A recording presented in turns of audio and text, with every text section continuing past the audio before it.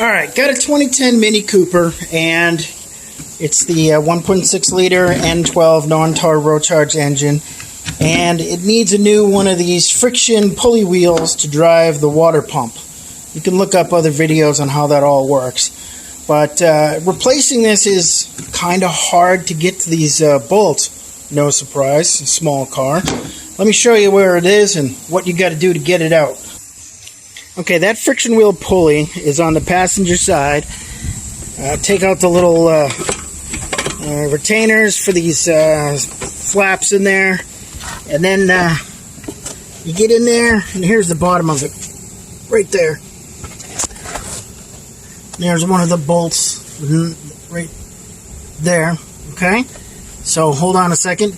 You see that little thumb tab? Let me see if I can grab that without making this right here.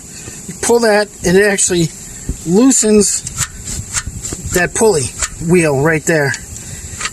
Okay, so you can get to those nuts, those bolts from below. You can get to 2 of them, but you can't get to all 3 of them, of course. So let me take you topside and show you what you got to do. The only way I could figure out how to get to the bolt on the top of that pulley assembly was to go through the top. So take off this rail. There's 2 13 millimeters on each end, a 10 millimeters on the headlight. I took out a few bolts on the headlight to make that movable. There's a bolt there. I took out 3 on each one. Take out the Torx T27s on the latches, and then there's some grommets. These these plastic retainer clip thingies. Take those off there, and this guy will move out of your way.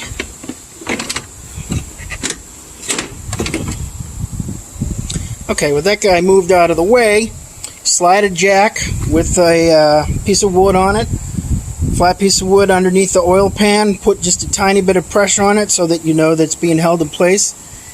And then come over here, and this bracket right here is the engine mount bracket. There's 4 13 millimeters, 2 on each side of it. Pull those out, and this is a 16 right here. And then this engine bracket comes out. Move that out of the way.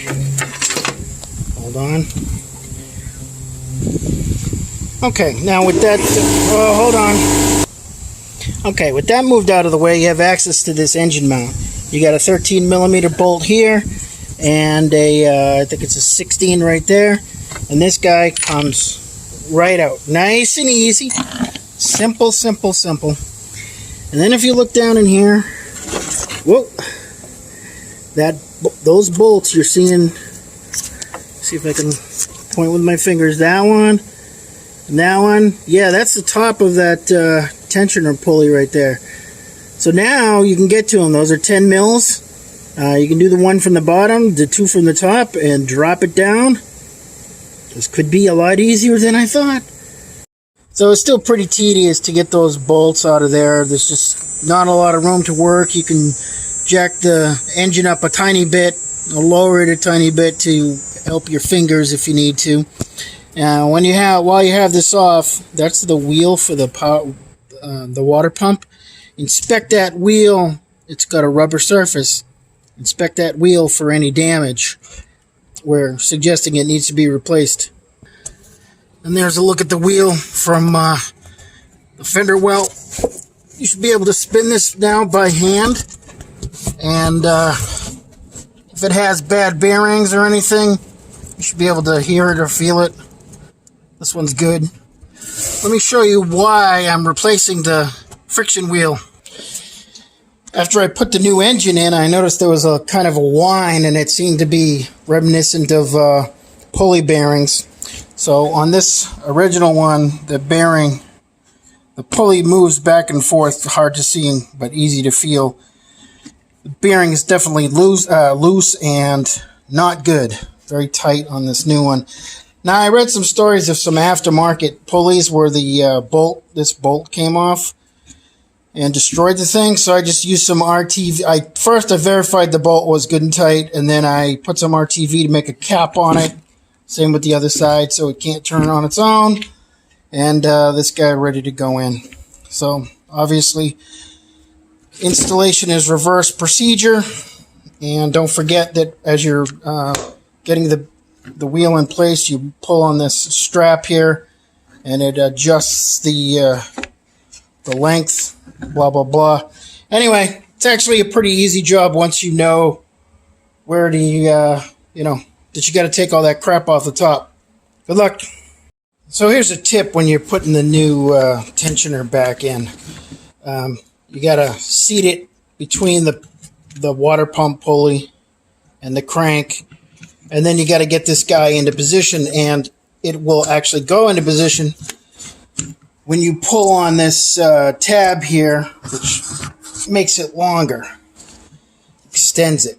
So it's real tedious. Get in the first bolt at the top, reach underneath the fender and pull on that.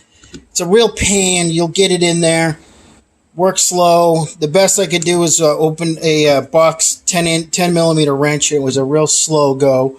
And just double check this guy seated correctly between the pulley and the crank, and you should be okay.